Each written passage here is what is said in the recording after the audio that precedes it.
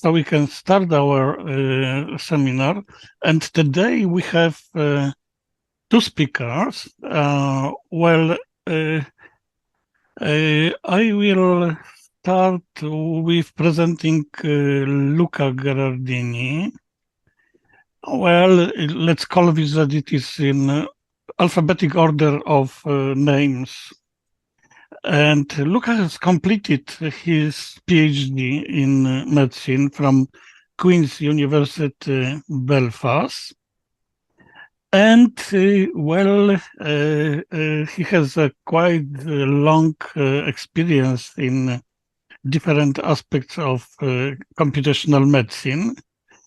Luca is a member of computational intelligence team at Sano. The team, which is led by Jose, who is in Portugal at that moment. And we have, as a second speaker, we have Rosmary Blanco. Rosmary is a biotechnologist. He had a lot of experience in this area. At that moment, he is working for PhD at Sano, and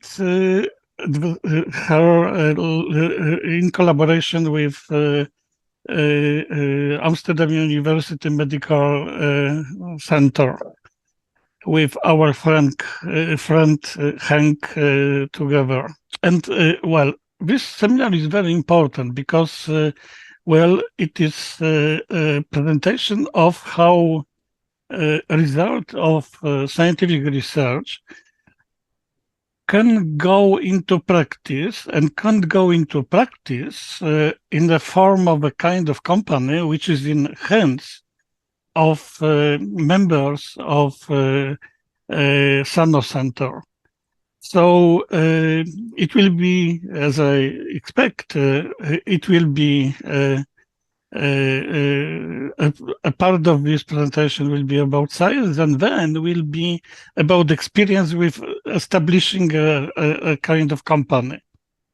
What I should add that the first version was presented long ago was last week of November 2025. It was a presentation given by Luca at the Life Science Open Space Manga Museum. And it was, in my opinion, definitely the best presentation in this session. So, Luca and Rosmary, screen and also floor on the second floor is yours. Thank you, Marian. Hello, everyone. I'm going to share my presentation. The title of this talk is NEED, the Neuromonitoring EEG for Early Detection of Dementia. I'm Luca Gherardini, together with Rosmary Blanco. We are the founders of NeoReveal.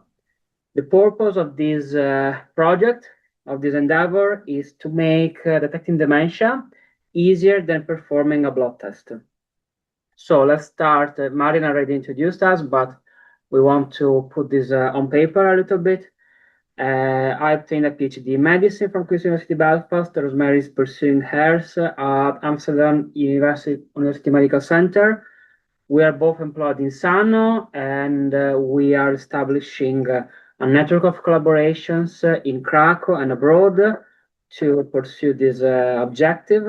In particular, special thanks to Cluster Life Science Krakow, who Sano is also part of, for providing us with acceleration opportunities of developing our business. We're in the process of expanding, so we're looking for additional competencies. Of course, doing business is very different from doing research, so we need a lot of down-to-earth people, let's say, able to deal with all the aspects of day-to-day business. The problem we are facing is very specific. Our society is aging, and this is causing a progressive exposure to age-related diseases. Our target specifically is dementia, which is a clinical syndrome causing progressive decline in cognitive function, and this interferes with daily life and independence. Just to give you some numbers, you can see on the left side this report from the World Health Organization and Alzheimer's Disease International Association. And the numbers of people with dementia estimated worldwide is growing quite steadily. To give a numerical, a time measure, every 3 seconds in the world, someone develops dementia. So this is quite a fast rate of progression. On the other hand, clinician, thank you. Sorry, we have some, yes. Clinicians have a very hard task when they need to detect dementia, as the first step in this pathway is usually subjective. So clinicians don't have the tools to objectively and reliably predict dementia. Usually this first step is a simple interview through which they have to establish if this person could possibly have the signs of dementia and refer this person to further stages. In combination with the general overload of clinicians, this is particularly difficult to do accurately. In fact, 50% of people with Alzheimer's disease, which is the most common form of dementia, but it's not the only one, have not received a formal diagnosis in the world. So we're talking numbers here are probably also much higher than what is actually out there.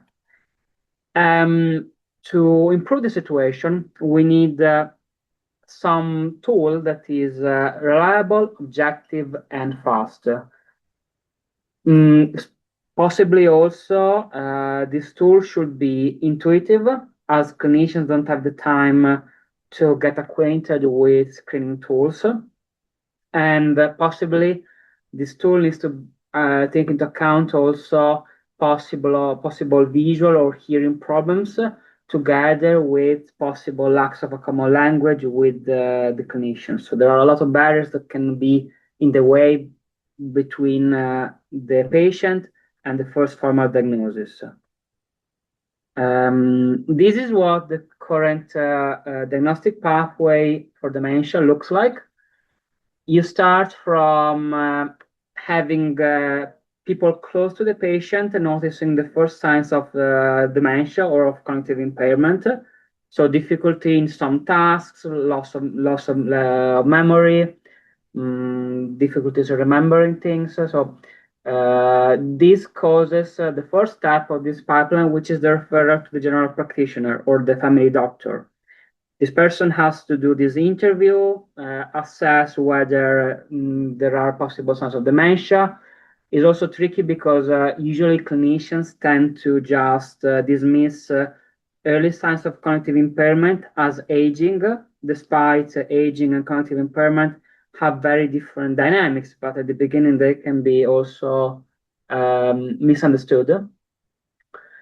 After this, there is a cognitive evaluation of the patient. Usually there are cognitive tests to do that, together with behavior, neuropsychiatric, and sensory motor analysis, and interviews on activities of daily living.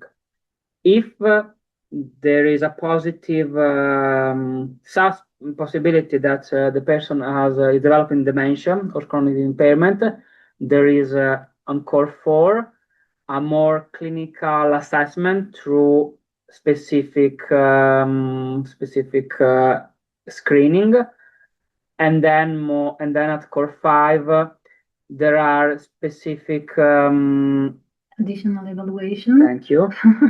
Additional evaluations, and finally there is a set of examinations aiming at pinpointing the exact cause of dementia. So not just recognize that this person has dementia, but also understanding why. Because as there is Alzheimer's, there are also other kinds of dementia. There is Parkinson, which can cause dementia. There can be also other conditions.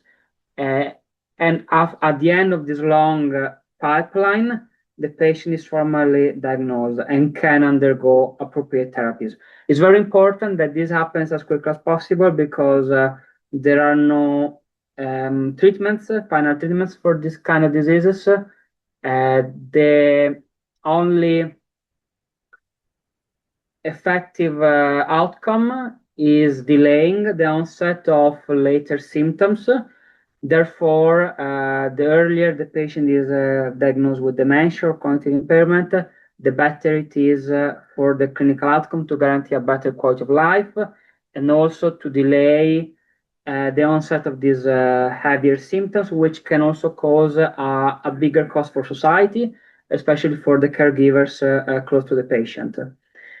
With our tool, we want to address these first two steps of the pipeline, which require multiple visits and a duration of approximately 2 hours.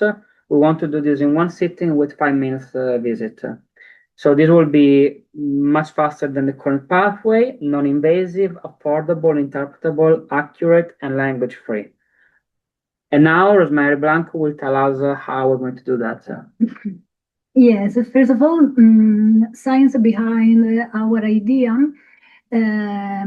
It was demonstrated that the most affected structure in the brain early, even years before the symptoms of dementia or Alzheimer's disease happen, are amygdala and hippocampus.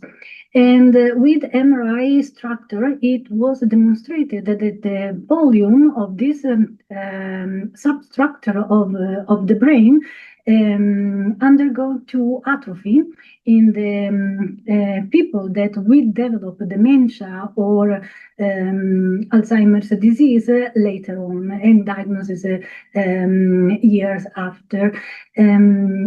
And these two structures during the lifespan show a clear divergent pattern than the normal aging. With atrophy happens in between 36 and 44 years. So these two structures that are part of the so-called limbic systems that involves also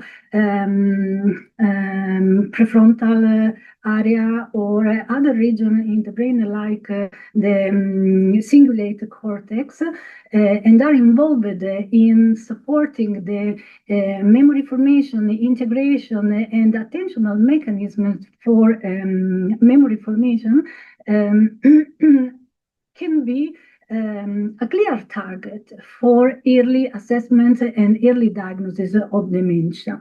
But behind the structure, dementia and Alzheimer's disease are currently recognized as oscillatory network disorder. What does that mean? That these disorders are characterized by disrupted neuronal oscillations, and it was shown using intracranial recording directly in these two structures in the brain that there is a dialogue from these two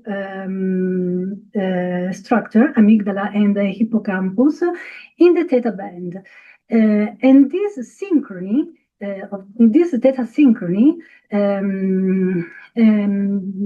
are shown to serve for encoding and retrieval the emotional memories, alongside a reduced alpha synchronization oscillation in the brain that are related to increasing attentional memories and integration of attention in the memory formation and encoding.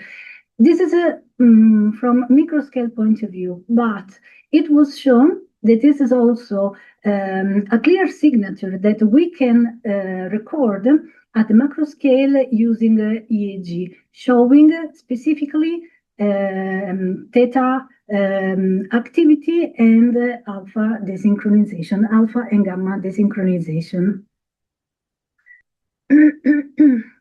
This triad of emotion, attention, and memories are directly connected to a particular responses in the brain when appropriately stimulated with stimulus targeting specific the limbic system.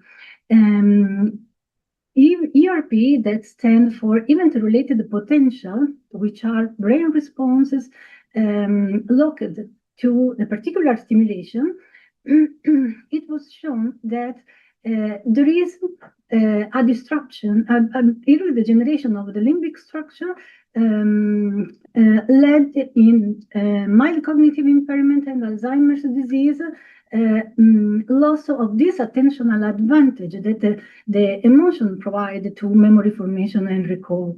And this emotional blunting that we can detect through EEG exhibit a flattened ERP response, the so-called P3. Indicating a failure of the limbic system to correctly tag the saliency of information. Another critical rule stands for the component that precedes the P3, which is called the N2 component, and it is related to the first mechanisms in the brain that can capture something that is changing when emotive stimulation are provided. And this is now well recognized as an early warning signal when the latency of this component is increased, making it one of the strongest predictors for initial screening. So, grounded for this scientific discovery, we developed the NEED tool, the Neuromonitoring EEG for early detection of dementia. We use a portable EEG device.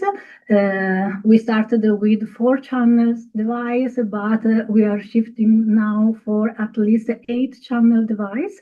And the modular structure of our tool allowed to synchronize EEG recordings with a particular stimulation protocol with emotionally silent image. Then an automatic feature extraction based on biomarkers that are already recognized as a specific biomarker for dementia and Alzheimer's disease are analyzed and processed automatically using our AI algorithm, explainable AI algorithm for accurate assessment. And a particular task, stimulation protocol task, Mnemosyne, aimed to investigate specifically the frontal limbic network to assess the emotional enhancement of memories and the processes and integration of emotional and attention that the subject can put in recognizing and recall image with different valences, positive, negative, and neutral. It is a passive stimulation protocol, so the subject only have to look at the image without performing any task. So it is feasible for elderly population that can be stressed performing other cognitive or motor tasks when asked. We used the curated and validated image from Geneva affective picture database, and the protocol is structured in 2 sessions. The first one contrasting a positive versus neutral stimuli, and the second one negative versus neutral stimuli. The appearance of the image are pseudo-randomized with a little jitter to avoid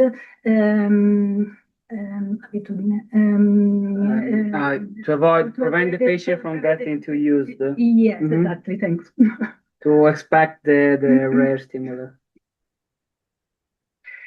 And to test our tool, we performed a proof of concept study involving a small cohort of elderly people from a local community to specifically differentiate cognitive healthy individuals in elderly population to those with mild cognitive impairment. Specifically, 9 control and 15 mild cognitive impairment were assessed through neuropsychological tests using a mini mental test and MOCA, which are two of the most validated tests for detection of dementia, assessment of dementia.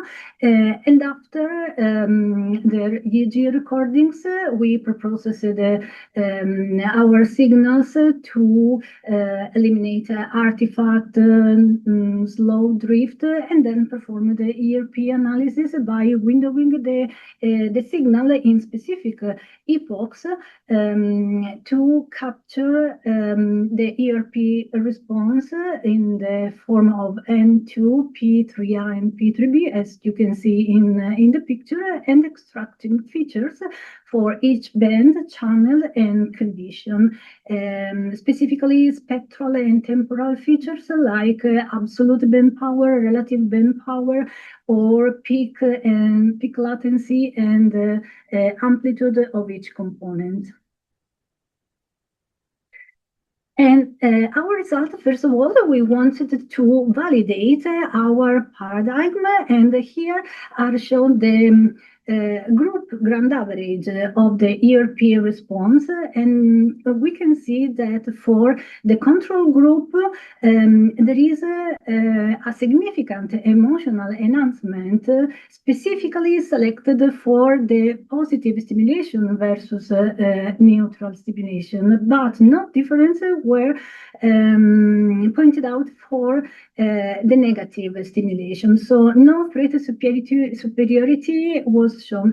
And what this does means that control in a healthy elderly, there is a balanced and selective emotional modulation.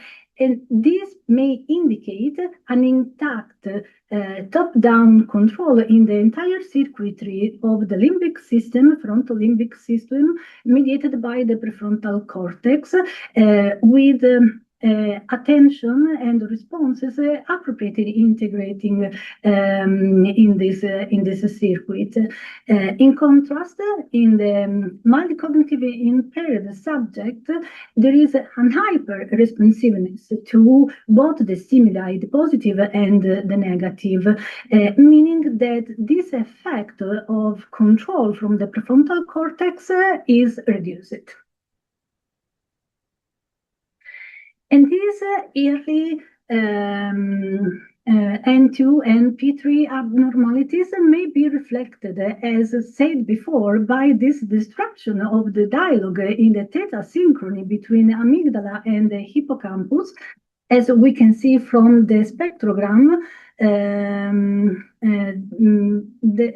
clearly showing that clearly showing the theta band synchronization after positive stimuli for healthy control and the loss of this synchronization for the mild cognitive impairment subject. Again, indicating a loss of selectivity in memory, in emotional memory and attentional integration. We performed our pipeline and machine learning performance are so good, I can say. We didn't expect these results, but we achieved a balanced accuracy of 88% with high sensitivity and high specificity, with only 1 false positive and 2 missed MCI case, statistically validated by permutation test and proving stability of our pipeline, of our algorithm by bootstrap analysis. But what is more interesting, our explainability. Our results can be explained as a neurophysiological signature of early decline because the most three important features extracted by our pipeline are exactly this reduced theta activity, particularly in the posterior regions, which indicate an inefficient cortical processing, a loss of synaptic connectivity, but also the early signs of cognitive impairment, the prolonged N2 latency, and overall an increased delta band, which is a hallmark of cortical dysfunction and slowing of cortical oscillation in all Alzheimer's and dementia patients. So going back to the whole thing, now where we described all these results, if we put all of them together, we have our solution, the need framework, which, as we said, is faster than the current pathway, is non-invasive as it requires a very brief and non-invasive EEG scan, affordable because these EEG devices we use are low-grade devices, and they're typically much cheaper than what is used in hospital settings. They have an adequate accuracy and they are interpretable, so they can return relevant biomarkers to the clinician to assess the diagnosis. We also did a little bit of a customer profile of the clinician. So as we said, they have a problem with the overloading they are subjected to. They have a lack of time to do the diagnosis, uncertainty, because they lack appropriate tools, and they also don't have the necessary training and knowledge of the available screening tools. So we want to help the situation by offering a reduced workload through this automatic testing, which doesn't require any experience in cognitive tests. And this also removes a lot of language and sensory barriers because hearing problems and lack of common languages with the patient are not obstacles anymore to the assessment. Much quicker visit, and since it's objective, more objective than the current pathway, this also means fewer repeated visits, which is also another save for the clinician. And in general, as we said, considering that 50% of the people worldwide with dementia are not diagnosed properly, having 85% of accuracy in this pilot study means that is much better than what is usually done by clinicians worldwide alone. So this wants to be a strong support for the decision-making process. Also gives them a little bit more peace of mind as it helps them making better decisions. Of course, as a company, we need to take care of revenue streams and business models. So, of course, we'll need to undergo medical certification, which is a long process. Before that, we are a research company, so we also engage in research activities. So consultations, being part of grants with universities or other companies, and also being involved in startup accelerator programs are valid short-term ways of sustaining ourselves, while after the medical certification will be obtained, there will be a business model where this tool will be used to screen people, will be used either on a per visit fee or become part of bigger entities such as private medical insurance or public healthcare through licensing. And this will enable us to actually impact the current diagnosing pathway and improve it.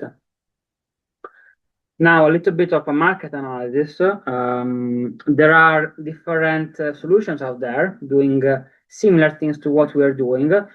In general, there are two big areas in our competition.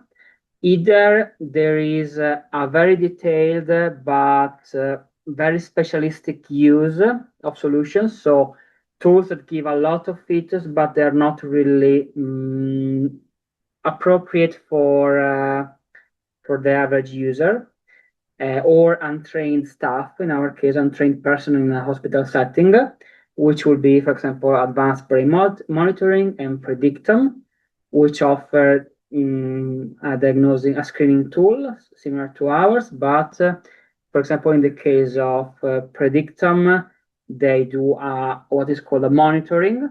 So a patient is given a device to wear for usually 24 hours, after which the data is extracted and analyzed, but this is not very, very quick.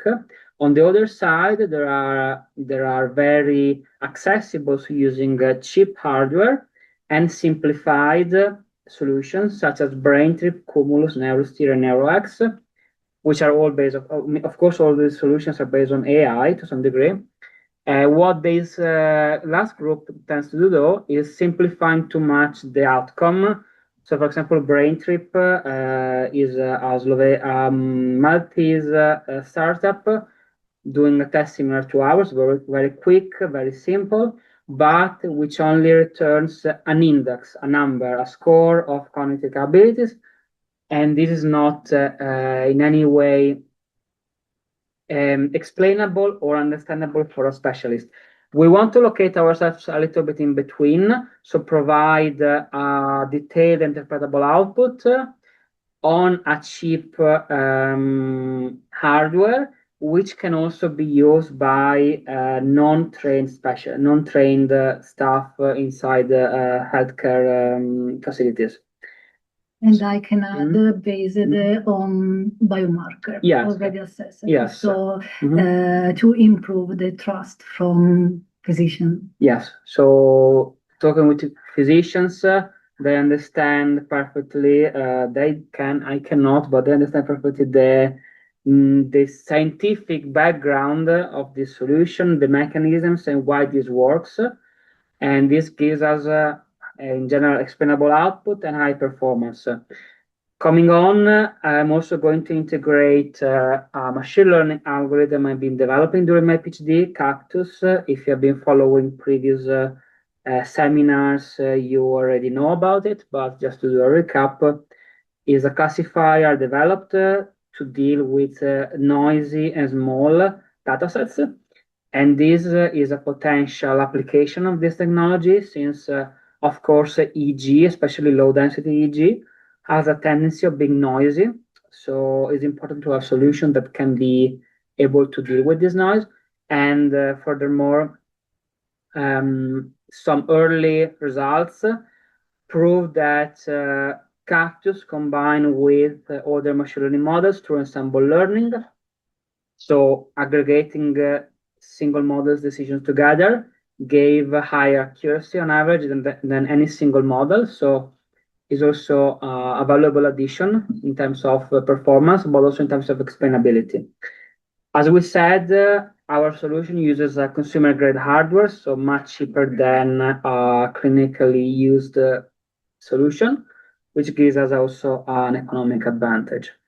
Now, speaking about markets, we are in Poland, and Poland is the largest medtech market in Central Eastern Europe.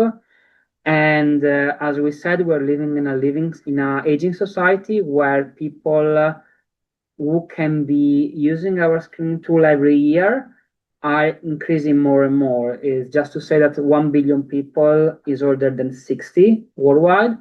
And this is the target population we are planning to use.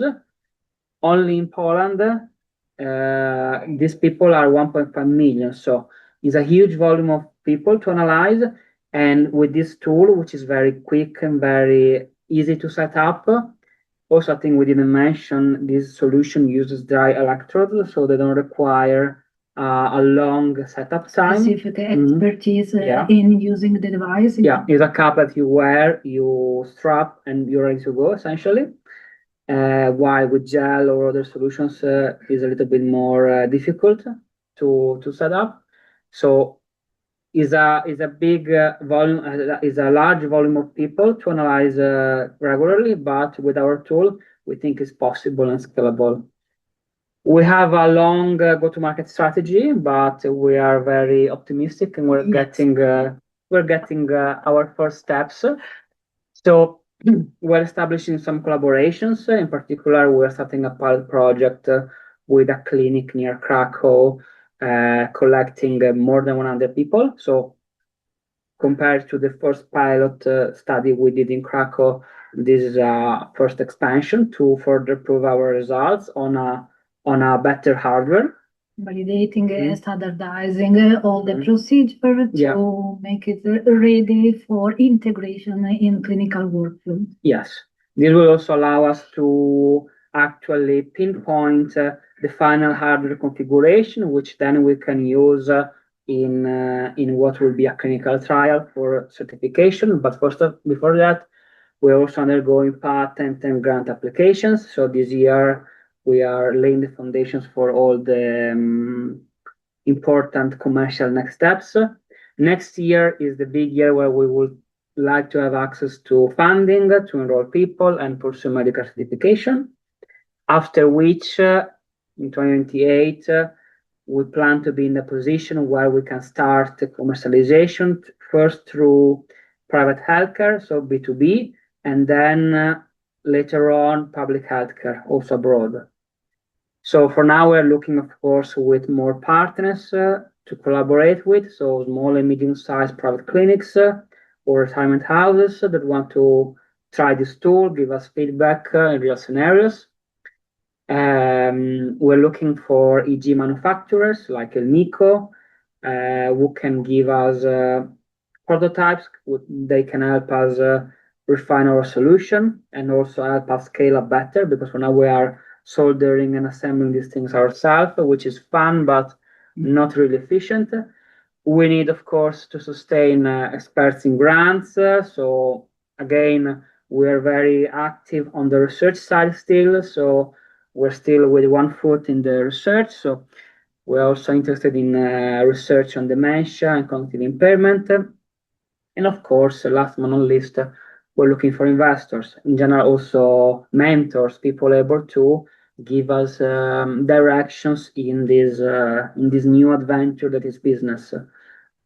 Especially in biotech market, which is very, very new to us. We don't know many of the things that are needed to do it. So yes, we are fundamentally researchers, so we have to change a little bit our mindset toward more business stuff. But this is why we applied. We are enrolled in different accelerator program, having a mentorship.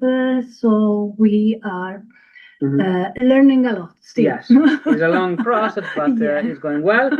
Just to give also some coordinates, we have been in a company. We've been opening the company 2 months ago. So in these 2 months, we already obtained some pre-seeding fund from Cluster. We are taking our first steps in this business adventure. So a lot of bureaucracy, a lot of plans to do, but it's starting to give some fruit. So it's also been kind of fun. Thank you. Now, if you have any questions, we will be happy to answer. Actually, okay. Let's start the questions from the room on the third floor. If there are some questions, if not, we will look for questions from audience remotely. Well, we have a question already from Professor Michael Friedberg, who is not in Germany, is in Scotland.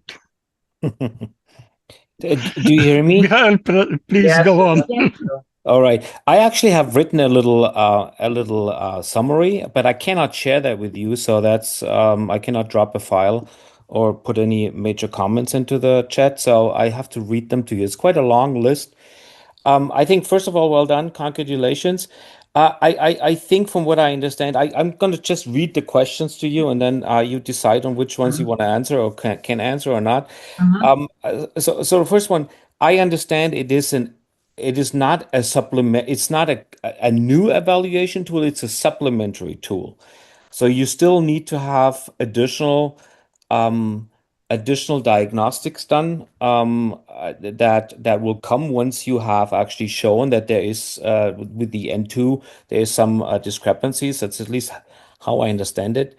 You also what you should do is this is also a little bit of a comment. What you should is probably put a clear patient pathway into your presentations, like what is actually done with the patient right now.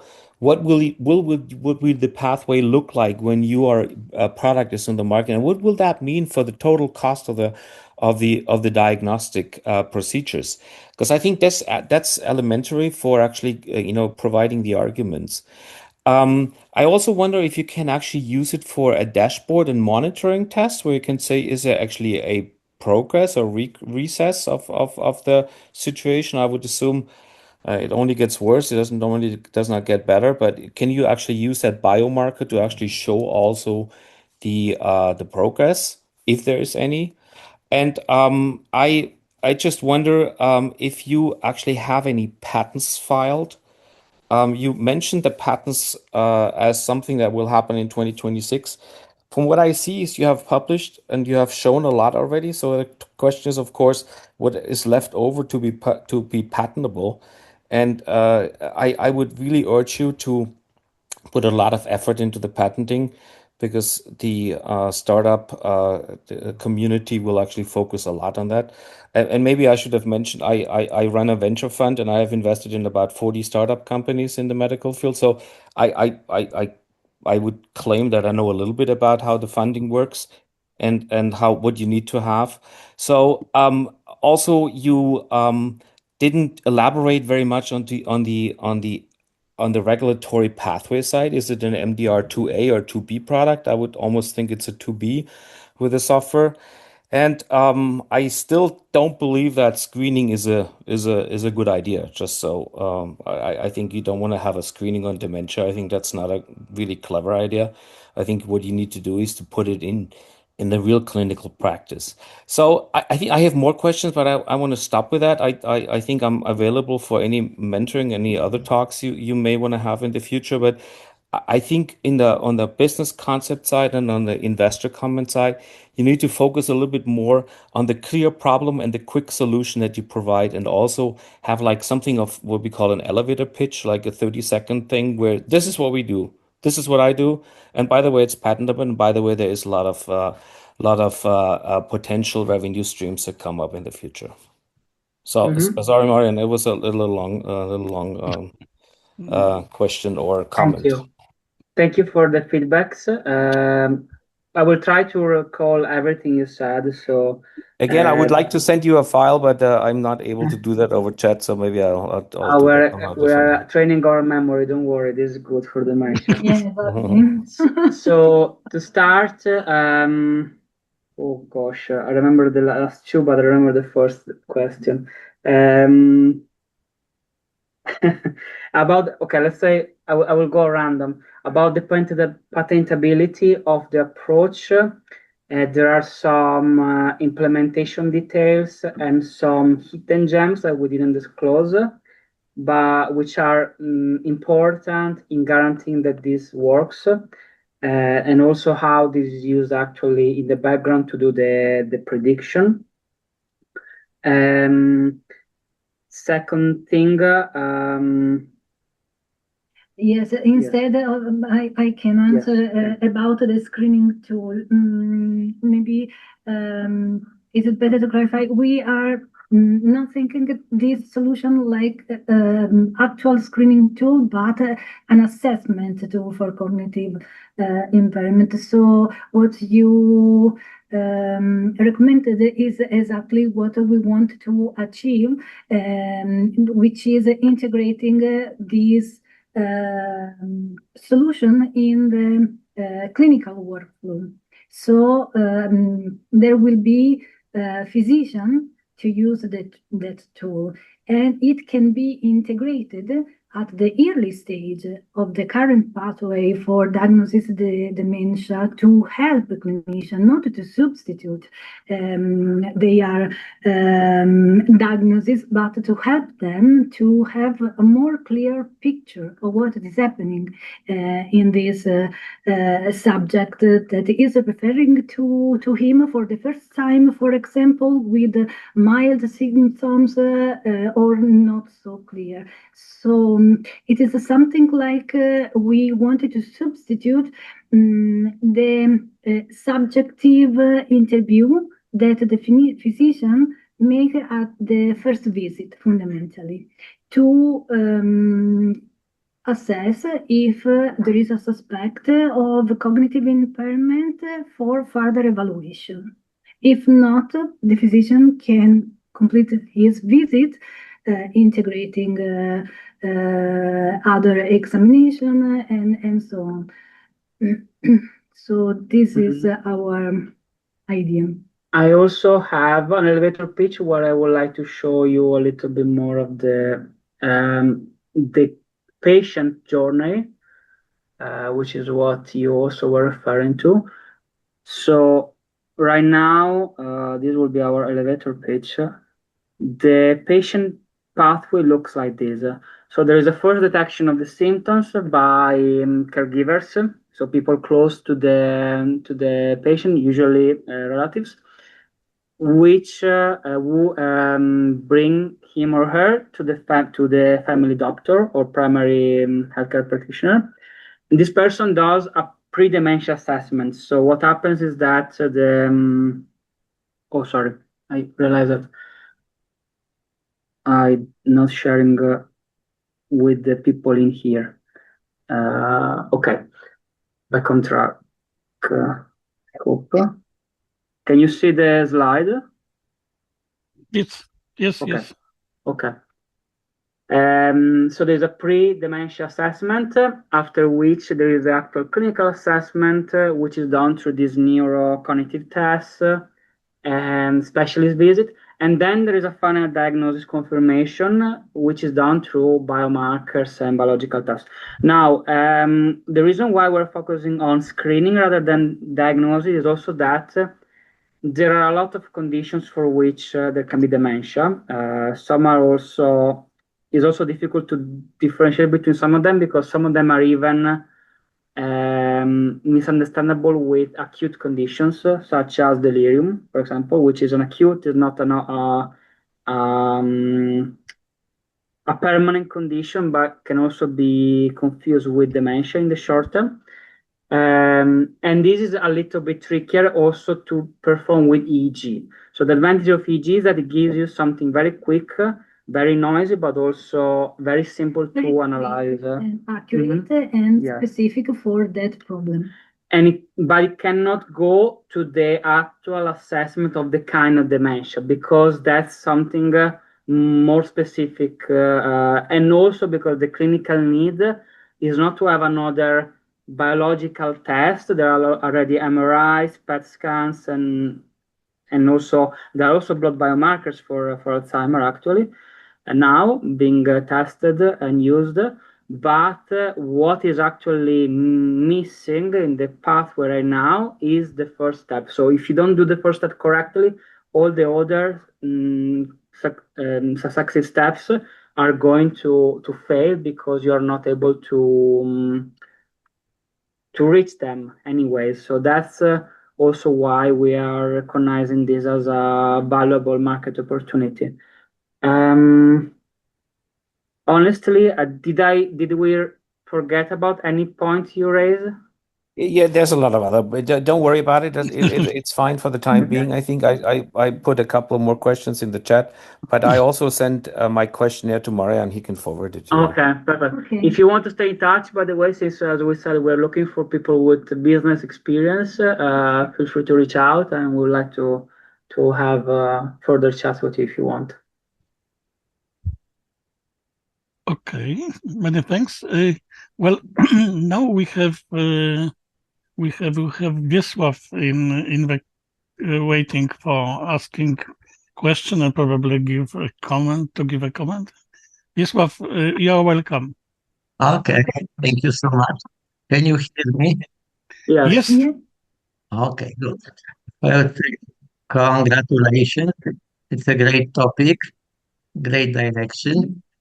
Um, yeah, you mentioned that every case starts, new case starts every second. But of course, it's not as slow. It develops over time. And you mentioned about misdiagnosing. So, how do you define dementia quantitatively? You mentioned about changes in hippocampus and amygdala. So if the atrophy is 10%, can we say it's dementia, or it should be 50%? The same, you mentioned that it might be tested using some mental state. So, for example, the standard test is uh, mini mental state examination. So, if it's 15, it's dementia, or it should be 20, or maybe 10. So, can you address it from quantitative point of view? So first of all, usually what is used for classifying dementia is the CDR, which stands for clinical dementia rated, or Jesus, what was the um, which is exactly a clinical dementia rating, which is exactly translating scores from cognitive tests into a scale saying if this person is actually has dementia or cognitive impairment or is actually healthy. I think in this scale there is actually also a notion of early cognitive impairment, so not even actually cognitive impaired yet. And this is used considering cognitive capabilities in different areas, such as orientation, memory, logic, and so on. Of course, the good thing about this scale and also about our tool is that it enables us to capture dementia and cognitive impairment not as a yes or no, but also as a spectrum. So another thing that Rosmary is particularly invested in is uncertainty quantification, which is also measuring how certain the tool is about the outcome. This is also useful because it enables us to detail the outcome a little bit more and identify, since also we're using explainable AI, who is actually close to transitioning to other stages. So it's not just about saying who is healthy and who has cognitive impairment. It's also about saying how close these people are to eventually changing their state, especially if we consider that this will be done repeatedly over a time period. So let's say every year, this person, we will also have the trajectory of this person across different visits. And this will also allow us to detect people who are risking to change to a different stage, which is important as well, even more than just detecting cognitive impairment, because the strength, the effective therapies against cognitive impairment and dementia are preventative approaches. So also being able to suggest the changes in the habits of a person who is at risk of developing cognitive impairment is as important, if not even more important, than detecting dementia itself, I think. Yes, there are some treatments which are not only pharmacological therapies, but behavioral or lifestyle change to slow the progression of the disease. And they are, of course, more effective as soon as possible. They will start in the process of cognitive decline. Yeah, there are different types of dementia, not only Alzheimer's disease, vascular dementia, frontotemporal dementia. Are you able with your technology to distinguish the type? I don't think so, because with portable device, with few channels, we can have an overall hallmark of what is happening in the brain by study, even if we are studying specific biomarker. But to differentiate the different types of dementia, Alzheimer's, frontotemporal, we need specific biological biomarker provided by PET, MRI, or cerebrospinal fluid to see the neurobiological causes of the dementia. Or with EEG, with high density and completely different analysis like connectivity analysis. But something that at this point is not interesting for assessing dementia at the early stage, because they are costly. Not all the hospital or clinics have this device, and they are not included, I think, in the current pathway of dementia. So they are used only now, currently, for research purpose. Yeah, you have very, in a smart way, presented different predictors in the EEG signal. Do you have done any correlation or plan to do it with the potential structural changes in the brain and in some mental tests? Yes, we are planning to further expanding our research. First of all, using another device with more electrode to see if effectively we can capture more accurate and different response than we already did with only 4-channel portable device. And of course, we need more data. So we need to test more people and correlating the brain response with, of course, the neuropsychological tests, which are the gold standard for dementia assessment at the early stage. Okay, thank you and good luck. Thank Thank you. you. Thank you. And thanks for discussion and suggestions. Well, I don't see any more questions from online, but maybe here we have questions on the third floor. So Yes, we do. I'm not sure if you can hear me. so let's go on. Are we from your laptop? We screening from Here. from okay from Now. Yeah. maybe you can see me now. Okay. Thanks for this, and just a couple of things to maybe discuss as well. One is the screening dilemma.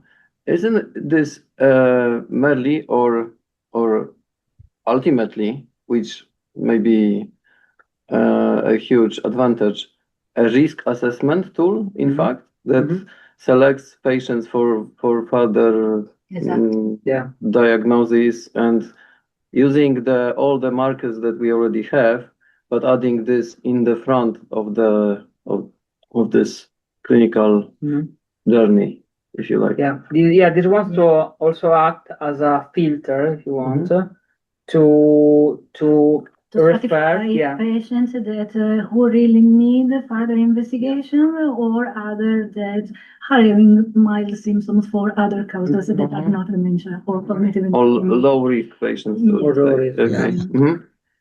Right, and the hardware, because this is kind of I'm not I don't feel kind of fully clear here. Are you, because I know that you have been working on your own, and is this the way to go, or you would rather use or work with the EEG tool device providers that you mentioned to develop a customized headset, or maybe even further, you would prefer to use a consumer-grade devices that are already there and integrate them? No. What is the kind of the preferred path here? I prefer the first. Okay. Yeah. Customize the device fitted for our specific goal. Because portable or consumer grade devices are cool, but for playing at home with neurofeedback and so on, for this specific purpose, we need something more reliable to capture good signal, first of all, and to provide reliable results. Otherwise, the physician can trust us. Okay, so this is in fact also a hardware project, and will be much more hardware intensive than it used to be so far. Okay. Yes, we have our prototype because we want to investigate exactly, for example, from what brain regions to capture better this response. So we are testing a different setup of electrode and cap. Even if with 8 channels, not more, because we want to make it easy at the end. Okay. But the different configuration can have an of the final result. Right. So this is what I guess we are investigating right now. The IP that has been questioned before can also lie there, in fact, and this is it may be non-trivial to optimize the design, the setup of the electrodes and all those signal acquisition details. And you mentioned the clinicians, the users. So who is your preferred early adopter? So in other words, people to whom you would prefer to give away, I guess, rather than sell the device to use.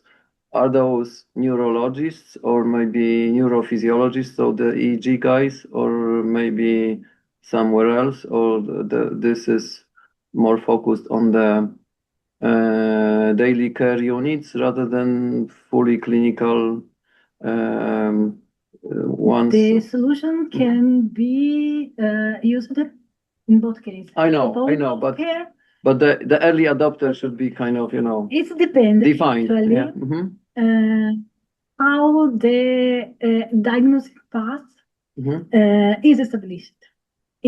For example, we are in Poland. We are establishing our company in Poland, so we have to know how the dementia diagnosis is performed here in Poland. And I realized, contrary to my expectations, that are not the general practitioner to do that, but already the specialist, neurologist, psychiatric, but because the general practitioner are not aware about the problem. This is something that is happening in this year, also from the ministry. So in general, there is a recent program starting from 2025 to 2030, where in Poland we will act with different program and funding research and so on for increasing the diagnostic process, the awareness of the problem, supporting the patients, helping in innovation and so on. So it seems that this is a critical need here in Poland right now. So not well defined. What we want to achieve, and it would be great, to distribute our solution to the primary care. Because this is the first point of contact between the frontline care. Yes, exactly. The patient did struggle because something is happening, and he or she doesn't know what is happening. So what to do first?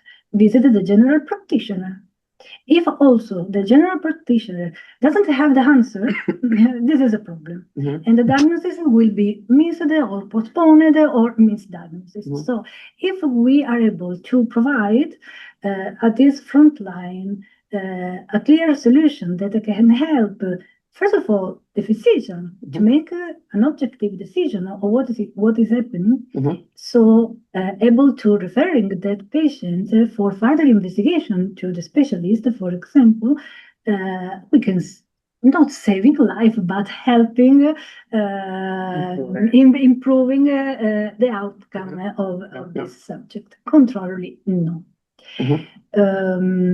Or we can provide the tool directly to the specialist that already knows EEG, the EEG biomarkers, ERP, and so on, to be included in their workflow. And it may be easier for them to adopt this, use it, because they are much more aware of the kind of scientific, technological details, so to say. Okay, so you started the company recently in Poland, which is an adventure in itself, with all those kind of language and yes, but for your help but in this matter. But the courts of Poland on the other side, right? So it's an uneven fight. But yes, you mentioned that this is language-free approach, which is great. But is it also because I know that this is based on the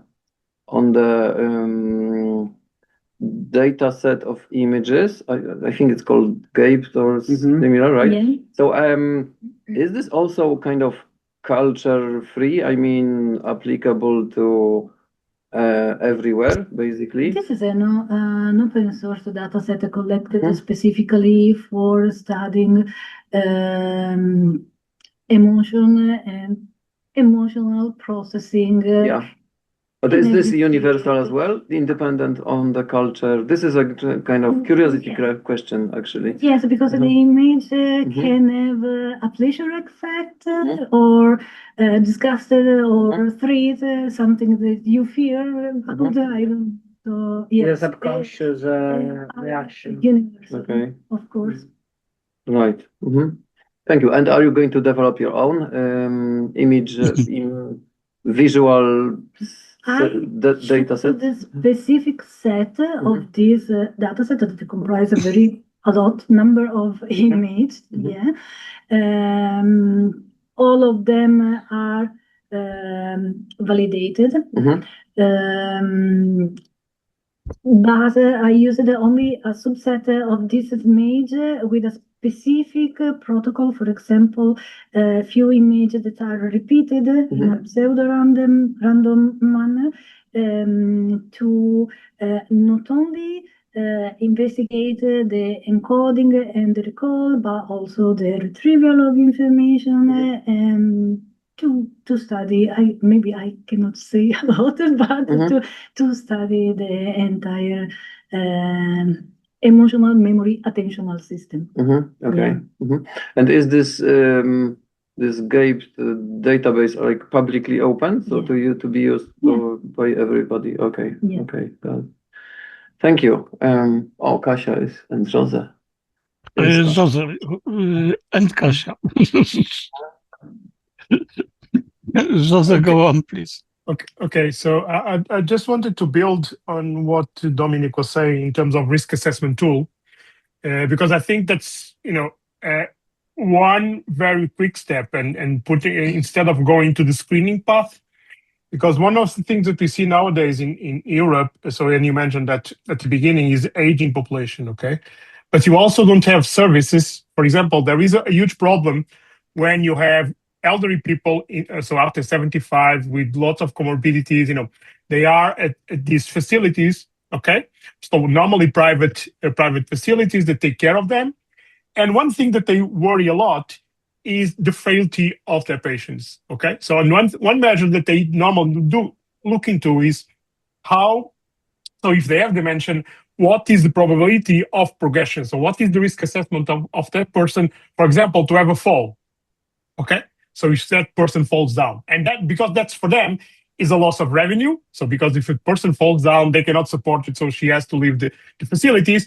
Okay, so I think that taking the tool from so in the first early stage, from the ambition of being a screening tool, and say, okay, this is going to be a risk assessment, and that would allow you to also look into the population and have easy access for what you want to measure. Okay, so if you imagine that you are starting with 75 people around 75 with a lot of comorbidities already ongoing, but you are able to do this risk assessment and say, yeah, in 1 year, this person has a risk of having a fall and so on, so they can take measures, and the private facilities are very open to that, because that's a way to keep their patients there as long as possible, with the lower cost possible. Okay, so that's a win-winning situation. Okay, so I think that you should also consider not only the healthcare market per se, but also these private facilities that are taking care of elderly people, where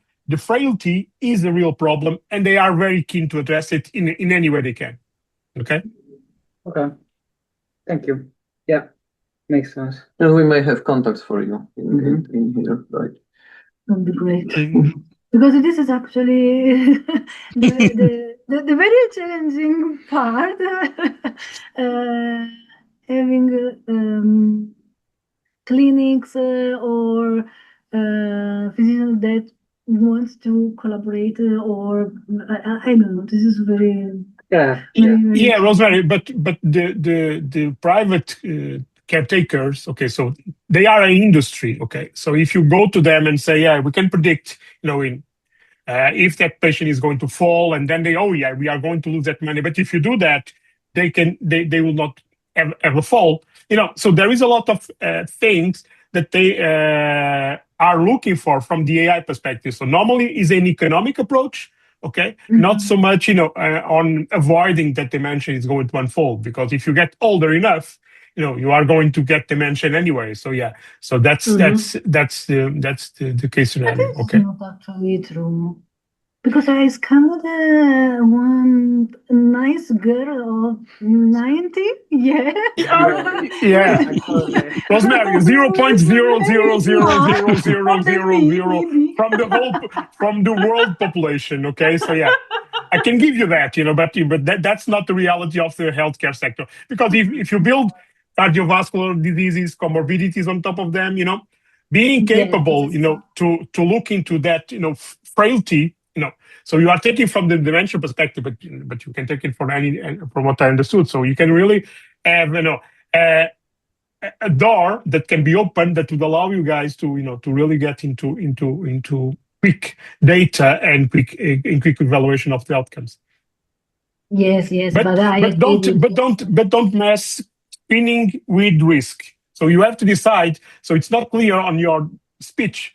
You have to decide: are you going to do screening, and that's medical devices, or are you going to do risk assessment? And you can overcome the need of having a medical device per se. So you have to clearly decide, because the two things are not the same thing. Okay. Okay. Well, now we have Kasia. Kasia, please go on. Hi. Yeah, I hope that you can hear me. Hello. Yeah, so lots of different questions, and I think very interesting technology. My first question would be, how do you make sense out of all this insight, feedback, and ideas that may feel and see contradictory? So how will you say which ones are good, which ones are bad? Maybe they're all audience good. That you're pretty. Maybe they're all good, and we just need to open 2 more companies. Yeah, feels like it. From dementia to falling from bed, or I don't know, walking. That's a quite long road, business-wise. But I think that there is one criteria that is strongly visible, especially at the end of these conversations, that in the end, everything comes to economy. So if you are promising that you're going to change diagnosis and encourage GPs to use your tool, you asking them to pay for it, how much would it cost for a patient to go through this procedure in a new place, a new clinic? So I don't know anything about the tool. I want to start it. And the time of the GP counts as investment, not only buying a tool, but learning how to use it, right? So what's the cost for single clinic that wants to incorporate it and start testing the patients? So this is an interesting question. The brief answer is we don't know yet because we are still working on it. yes, we need to identify all the regulatory frameworks and how actually healthcare in Poland works. Because for now we have feedback mostly from the US through reports, and these reports say that people themselves want to pay for this kind of assessment rather than the clinic. Yeah, but I'm not asking who's gonna pay, but how much it costs. So that's so. Yeah, so you should have a price tag in your head. I mean, probably. Yeah. It's probably easier than you think to do to come up with the price. But all these questions I'm asking for you to realize that you are going counter what the strategy in innovation right now that everybody wants to follow is that you recognize the bottleneck, you recognize the process, and you fit with the solution in the process. Later on, you can change the process, but you start where you can kind of put it in the socket, like plug it in. Because if you start from saying, this will help, please change the procedure, diagnostic procedure, nobody will do it. It's not a burning, you can make it sound like a burning issue, but there are systems that are in place. So you're fighting with reinvestment, you're fighting with understanding of the current process of healthcare. So there will be lots of question marks. So my advice would be you consider this kind of entry level that fits the system. And one example, when I was hearing you, that comes to my mind is pharma, which is very rich industry. And before clinical trials, they need to screen the potential candidates, right, the people that they're going to use the clinical trials with certain diseases or certain conditions. So suddenly you're offering a tool that hopefully, and you can show it, speeds up the process. And you're generating evidence. Hopefully in a while you implement it in a standard diagnostic procedure in hospitals and in clinics. But you're starting where the money is and where people looking for automatization, looking for optimization. And you're kind of giving it that, right? And then you've got, you sort of taking in consideration that, okay, this is the strategy how innovation, not only in medicine, but generally digital innovation should follow. And you're saying, okay, this is my partner, this is my first move, and I'm giving myself time that I will develop it into general public use for the benefit of society. But right now, kind of cashing in the processes that we want to automate. So it's easy to give advice, and you've done so much. So I'm just like trying to, give you this different perspective as all are. We are here to help. But I must say that I can see that it will be also very difficult for you to distinguish good ideas, bad ideas. So it's better to be agile and test it in practice, but do not start from promising that you will change the healthcare, because that two of you won't do it. And no, of course. Yeah, it's too much. It's the goal right now. It's very ambitious, but it may sound a little bit insane. Yeah, that's why we're focusing on a very specific part, which is for now the clinician more than healthcare, because of course we could say a lot also about the economical impact and social impact of having an early detection of dementia and everything. But for now, we're focusing on a very specific part, which is also good because we can focus our effort in a specific thing, which is the clinician doesn't have time to do the assessment, and this person cannot do the assessment objectively. These are the two fundamental points that we want to tackle. So something fast, something good. Plus now many of these questions that we still have, like the price, the business model in greater detail, is going to be addressed through this pilot study we're undergoing with this clinic near Krakow we mentioned. So they are going to give us feedback, and of course this will also allow us to, let's say, put a foot in their environment and actually see how it works in Poland, and also eventually with the right contacts also elsewhere, to understand also the specific needs. So we're narrowing down not just the solution, but also the needs that we are going to fit in terms of system. So as you said, now that we have this concept, this idea that is working, we want to see how to shape it for making it compatible with the proper system, because probably, most likely, what is going to work in Poland is not going to work in Germany, and vice versa, because there are also different systems with different rules, different cultures, if you want, different work cultures. So for now, we can go this far. We can show that theoretically this works, that this is a commercial edge. However, we will define it. So we found the need, we found the solution. We just need to make them match accordingly. Yeah, there's a lot of work ahead of us, but these questions will need to wait a little bit longer for the answer, but definitely we will have them in the oncoming months, because we will start fitting this tool for the actual environment. But yes, as you said, we just started. So, but as you said, and there are a lot of possible directions. All of them are potentially good. There is no universal answer. There is no universal tool. Everything needs to be made compatible with the desired final user. And so here we are. We are in the process of doing exactly this right now. Well, okay. Many thanks.